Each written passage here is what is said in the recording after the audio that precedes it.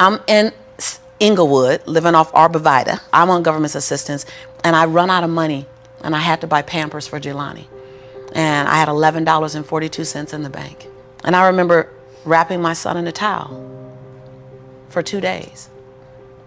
You know, someone said, because when I tell the story, I always get teary-eyed. And someone said, do you fabricate the tears because you've told the story so much?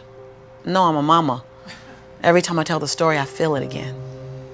I remember the second day, like you said, I had my hand on Jelani's stomach, and I said, don't worry, baby.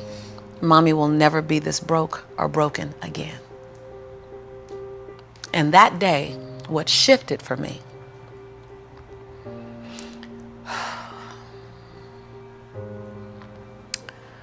was I was willing, and I don't know if this is going to sound crazy, I was willing to completely die to any form of me that I had been so that I can birth the woman that I was becoming. The reason why a lot of people won't become who they want is because they're too attached to who they've been. And you hear it all the time when people say, I've always been this way. Okay, well, if that's working for you, keep doing that. I knew it wasn't working for me any longer. I had hit my version of rock bottom. So I was willing to let go of everything and everybody. See, another reason why people won't get there is because the doorway is for you to fit through. You're trying to carry everybody else through because you're trying to be Rescue 911. And you got to rescue you first. I am much more valuable to my family and to my community because I was willing to let them go through the door myself, teach myself, learn myself, condition myself, and then come back and get them. I'm much more valuable to them now. But I had to go through a window time of 10 years of judgment. You leaving us, hanging out with white people all the time. You going to these crazy countries. We don't know what you... I had to be willing to allow my conviction to make me inconvenienced. See, we want to grow, but we want to stay liked by everybody. I was willing to be my own rescue at the risk of your approval. But most of us aren't like that. Facebook is an example. We want to be liked. Well, I woke up and I like myself today, so your like is extra. My job is to like me first. I was willing to say every day, Lisa, you like you? Lisa, are you proud of you? Lisa, are you playing full out? Every day before I checked in with anybody else. That's lonely, by the way. Why won't most people do it? Because it's scary and it's lonely. So what did I do? I was willing to find people who had what I didn't have, who were living lives that I wasn't living, who believed things that I didn't know about, and I was willing to become their student. I got up every day and I ate a slice of humble pie. See, when you get to this level, even me 10 years ago, you can get caught up by reading your own fine print. See, whenever I hear people reading my bio, before I came on and you read my bio, I'm in the back going, yeah, yeah, yeah, yeah, yeah, yeah, yeah, yeah, yeah. Because I don't want to ever think I arrived. That bio is old. You should be interested in my future. Oh, that's my bio. What's my future? Oh, what are you doing? Who am I becoming for 2020? And we get caught up in our bios. We get caught up in our status. I never allowed that to stop me from going and sitting at the hem of someone and saying, what do you know about wealth? See, because there's 3 forms to money. There's 3 relationships to money. We learn how to earn it, we learn how to keep it, and we learn how to grow it. Well, I learned how to earn it because my theme song was, I'm a hustler, baby. And I want you to know, everybody with me, it ain't where I've been, but where I'm about to go. So I was singing that song. That's good. They know, right? I was singing that song when I was working out of my closet as my office. I was in a walk-in closet where you really couldn't walk in, you stepped in and turned, right? and the clothes rack, you know how you have the hanger rack, I had pant hangers in the closet and I had manila folders clipping on the pant hangers. Those are my client files.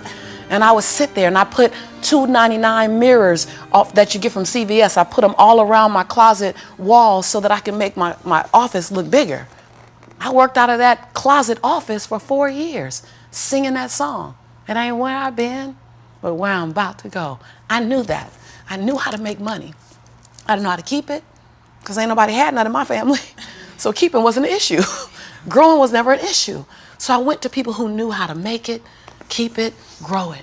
I went to people who was about serving others to the highest level. See, I make a lot of money because I serve more people. See, all your success is on the other side of service. People trying to make money, if it begins and ends with money, it's going to be a short-lived victory. But if it's about transforming lives, then the wind keeps going and going and growing and growing. So I went to people that knew what I didn't know. And I killed my ego every day, murdered my she-go every day. Because I got a big she-go. I mean, come on, right? Every day, Tom. And I got hungry and I learned. I went to the same training 42 times. Yes, I said 42. Some folk will stop. This is how I've been there already. I learned that already. Yeah. No, I wasn't there. I wanted to be able to finish their sentences. I want to know what you know. I want to walk like you, talk like you, and then I want to then embed me in it. But success leaves clues. We're just not picking them up. I was the only African-American person at this conference. I was one of 2 women at this conference. Within the last 29 sessions, I led the conference. But I was willing to be the student first. So that's what I did, number 1. And number 2, I looked at every toxic behavior in my life. Everyone. You see me go behind my own black curtain. People don't want to tell on yourself. You're trying to protect. You're trying to do 4 things. You're trying to protect, prove, hide, and defend. If you wake up every day and say, I have nothing to protect, I have nothing to prove, I have nothing to hide, I have nothing to defend. Now, who do I choose to be? Because your energy is consumed with protecting, proving, hiding, and defending. Right. But if you let go of that, then now you're in creation. Every day I told myself that. Every day I got in the mirror and I said 3 sentences. And I gave each sentence 7 different endings. And at times I was crying so hard I couldn't understand myself because the ending, the sentence was so difficult to say. Every day I looked in the mirror and said, Lisa, I'm proud that you. And I found 7 different things to celebrate Lisa for, because we are under-celebrated. Because you want someone to celebrate you more than you celebrating yourself. You want to hear thank you from others more than you're thanking yourself. You want to hear other people say, I love you more than you saying I love yourself.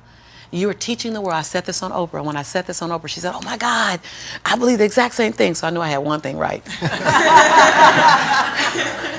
The world is looking at you and following your example of how to treat you. How to treat you. They're following your example of how to treat you. So how you treat you, the world's going to follow your lead.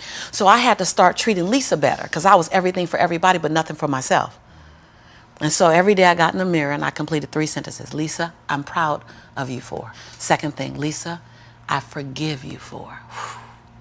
That one took me down daily because I'd had a son with a man who was now in prison, my biggest nightmare, my greatest nightmare. I had been in a relationship that turned mentally and then physically abusive when my son was 3 years old. I made money but lost it. I was on government assistance. I was on welfare. I was on WIC, Women, Infant, and Children. I got a lot of forgiveness that I had to do. But I was willing to forgive myself every day. And every day I said the same thing for like 6 months until it got easier. And then one day I went, Lisa, I forgive you for it. And that thing didn't come up anymore. I was like, ooh, okay, on to the next. 7 different endings. And the last thing I did every day, last sentence, is Lisa, I commit to you that. Because we make bigger commitments to other people. If I commit to y'all something, ride or die, you can bet your last dime that I'm going to be there. I'm going to show up. You're going to get 2 dimes.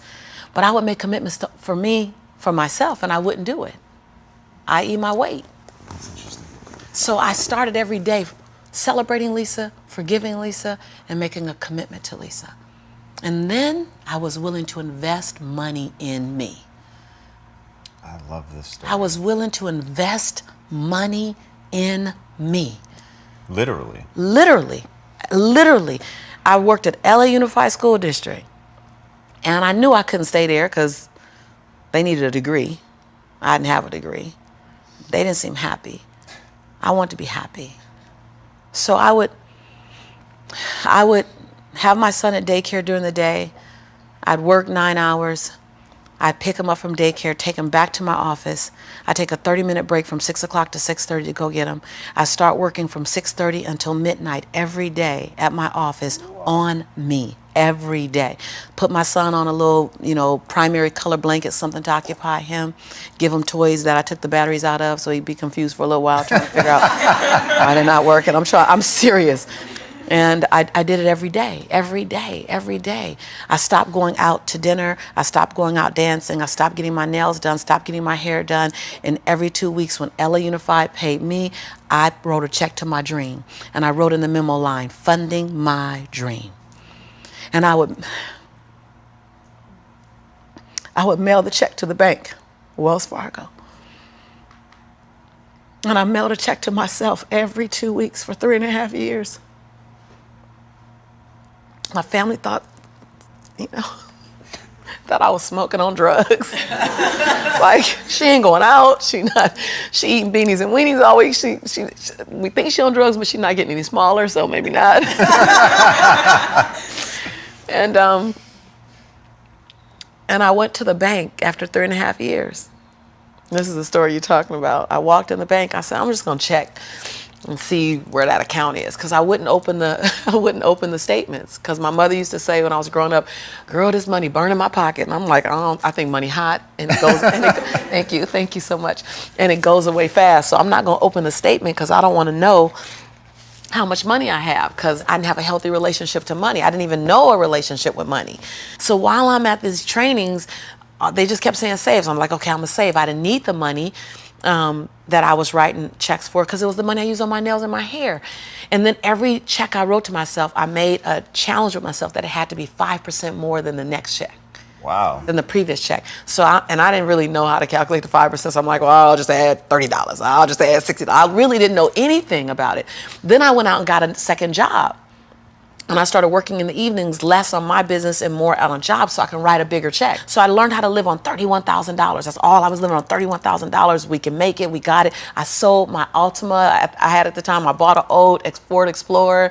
I just skinnied down. I moved out of my 3-bedroom house. I moved in with a roommate. She smoked even, and I was like, okay, I'm gonna put towels under the base of the door. Y'all, you gotta be inconvenienced.